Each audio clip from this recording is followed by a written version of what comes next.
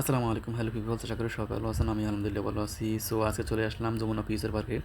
এখানে আসার মূল রিজনে হলো একটা মোবাইল কিনবো। আসলে মোবাইলটা আমার জন্য না, মোবাইলটা হলো আমার খালাতো ভাইয়ের জন্য।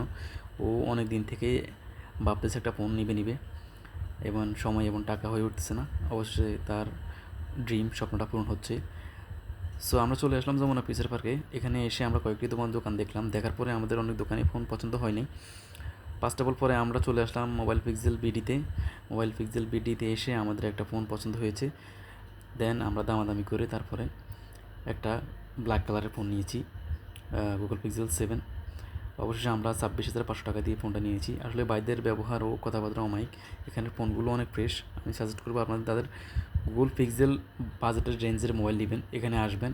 ওনারা আসলে অরিজিনাল অথেন্টিক ফোনগুলোই বেশিরভাগ ক্রয় করে। যদিও মালগুলো লাকিস প্যাকেজ মাল, এখানে যমুনা ফিউচার পার্কের বেশিরভাগই মালগুলো লাকিস প্যাকেজ। তারপর